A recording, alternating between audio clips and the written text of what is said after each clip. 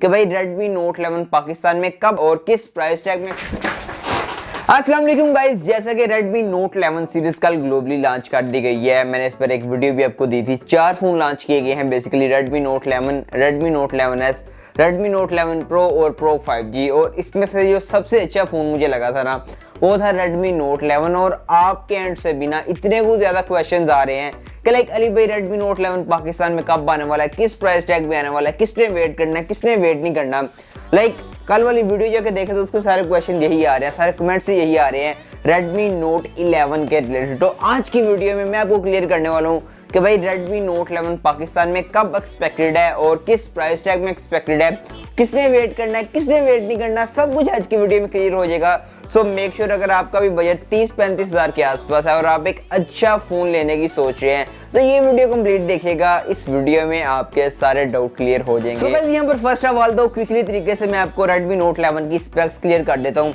Then next चल के बात करते हैं कि पाकिस्तान में ये कितने में आने वाला है, किसने वेट करना है और कब आने वाला है। फर्स्ट ऑफ ऑल इसके डिस्प्ले की बात कर लिए तो एक एमोलेड डिस्प्ले है, 90 हर्ट्ज का हाई रिफ्रेश रेट है, फुल HD प्लस का पैनल है और 13 मेगापिक्सल का सेल्फी शूटर है। ये तो हो गया इस फोन का सामने वाला हिस्सा।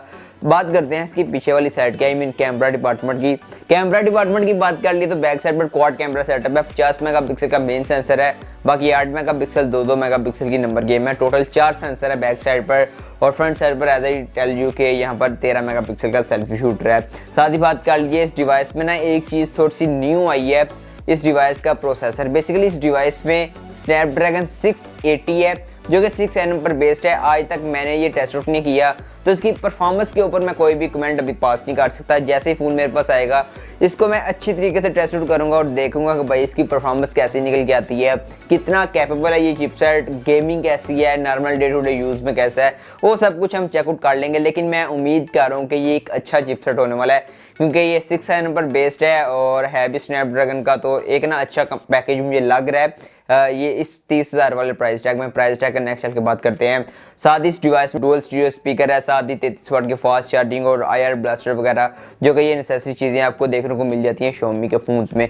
तो ये तो है कुछ इसकी एक ओवरऑल स्पेक्स का पैकेज। अभी बात करते हैं पाकिस्तान में कब आने वाला है, किस प्राइस टैग में आने वाला है, किसने वेट करना है, किसने वेट नहीं करना। फर्स्ट ऑफ ऑल बात करते हैं किसने वेट करना और किसने वेट नहीं करना। वेल, अगर आपका बजट 30 से 35 हज़ार रुपये है और आपको एक ऐसा फ़ोन चाहिए जिसमें आपको एमोलेड डिस्प्ले मिले, हाई रिफ्रेश रेट चाहिए, एक अच्छा चिपसेट चाहिए और साथ में कैमरा भी आपको अच्छा चाहिए तो डेफिनेटली आप इस फ़ोन का वेट कर सकते हैं। ये एक ओवरऑल पैकेज होने वाला है। अभी बात करते हैं ये पाकिस्तान में कब और किस प्राइस टैग में आने वाला है। फर्स्ट ऑफ ऑल बात करते हैं इस डिवाइस की लॉन्च डेट की पाकिस्तान में। तो बेसिकली ये आपको फरवरी के एंड में कहीं ना कहीं पाकिस्तान में देखने को मिल जाएगा। और आप लोगों के लिए गुड न्यूज़ भी है कि ये फ़ोन पाकिस्तानी असेंबल वगैरह हो रहे हैं, मेड इन पाकिस्तान सारे कह रहे हैं, लेकिन एक्चुअल में ये असेंबल इन पाकिस्तान है। अभी पाकिस्तान में मैन्युफैक्चरिंग कुछ भी नहीं हो रही, असेंबलिंग हो रही है और उसको ही असेंबलिंग को ही मैन्युफैक्चरिंग का नाम दिया जा रहा है। लेकिन है काफ़ी ज़्यादा टैक्सेस बच जाते हैं अगर असेंबल भी पाकिस्तान में कंपनी स्मार्टफोन करें। सो गाइस, अभी बात करते हैं फाइनली ये स्मार्टफोन पाकिस्तान में किस प्राइस टैग में आने वाला है। बेसिकली ग्लोबल मार्केट में 3 वेरिएंट्स लॉन्च किए गए हैं। 4GB रैम 64GB वाला वेरिएंट $179 का जो कि 30,000 के आसपास बनता है। 4GB रैम 128GB स्टोरेज जो कि 35,000 के आसपास बनता है, $200 के आसपास।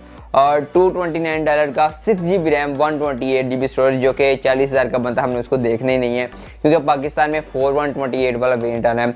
अब 4128 वाला वेरिएंट आप पाकिस्तान में एक्सपेक्ट कर सकते हैं 30,000 से लेकर 35,000 के प्राइस टैग में, क्योंकि इस प्राइस ब्रैकेट में टैक्स बहुत कम लगता है और साथ में ये फ़ोन पाकिस्तान में बन रहे हैं, असेंबल वगैरह पाकिस्तान में हो रहे हैं।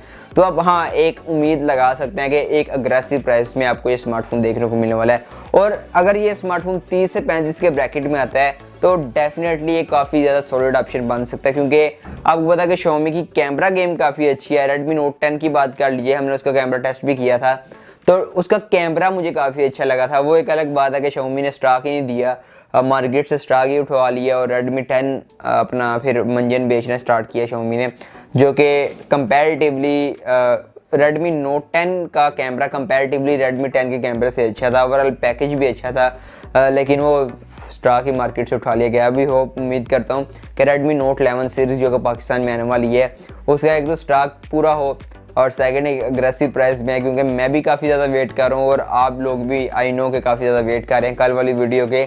मैंने कमेंट बॉक्स में सारा देखा कि Redmi Note 11 ही हो रही थी। बाकी आपके मुताबिक ये स्मार्टफोन पाकिस्तान में किस प्राइस टैग में आना चाहिए कमेंट करके ज़रूर बताइएगा। मैं मिलता हूँ किसी नेक्स्ट वीडियो में, तब तक के लिए।